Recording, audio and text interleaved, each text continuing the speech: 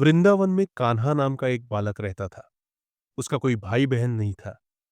एक दिन उसने अपनी मां से पूछा, मां, मेरा कोई भाई बहन क्यों नहीं है? मां मुस्कुराते हुए बोली, किसने कहा? तेरे भाई तो स्वयं बांके बिहारी हैं। कान्हा ने आश्चर्य से पूछा, तो फिर वो मुझे मिलने क्यों नहीं आते? मां ने समझाया, बेटा, उनके ऊपर सारे संसार का भार है, पर जब भी तुझे उनकी आवश्यकता हो, बस उन्हें सच्चे मन से पुकार लेना, वो जरूर आएंगे। कान्हा को इस बात पर पूर्ण विश्वास हो गया। एक दिन दोपहर को कान्हा मंदिर के पास अपने मित्रों के साथ कंचे खेल रहा था। उस दिन वह बार बार हार रहा था और देखते ही देखते सारे कंचे हार बैठा। वह उदास हो गया और सोचने लगा कि आज तो मां बहुत डांटेगी। तभी उसे मां की कही बात याद आई। उसने मन ही मन पुकारा, हे बिहारी जी, आप मेरे भाई हो ना? मेरी मदद कीजिए। तभी सामने से एक सांवला सा सुंदर बालक कान्हा के पास आया और बोला, मैं आ गया। तुमने मुझे पुकारा था ना? कान्हा आश्चर्य से बोला, क्या तुम ही मेरे भाई हो? बालक ने मुस्कुराकर कहा, हां, मैं ही हूं बिहारी, तुम्हारा भाई। बताओ, क्या हुआ? कान्हा की आंखें चमक उठी। उसने सारी परेशानी उन्हें बता दी। बालक ने कहा, चिंता मत करो, अब मैं आ गया हूं। अब तुम्हें कोई नहीं हरा सकता। दोनों साथ खेलने लगे। जहां अभी तक कान्हा हार रहा था, अब वह हर बार जीतता चला गया।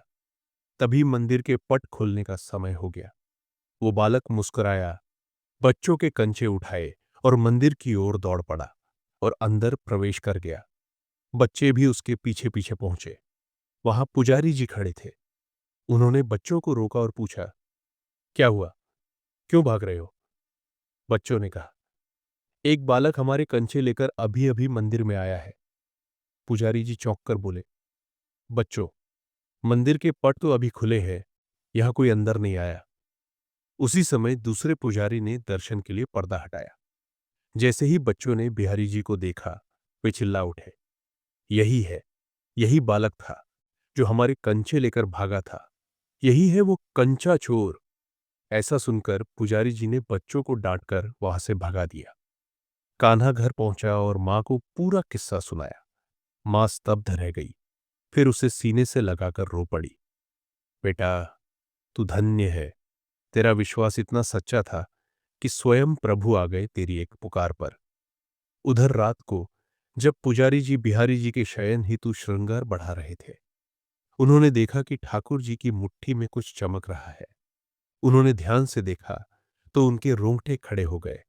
बिहारी जी की मुट्ठी में वही कंचे थे। अब पुजारी जी को सब समझ में आ गया और उनकी आंखों से भी आंसू बहने लगे। प्रभु तो हर क्षण अपने भक्तों की सहायता के लिए तैयार रहते हैं। बस आवश्यकता है तो प्रेम और विश्वास से भरी पुकार की। राधे राधे।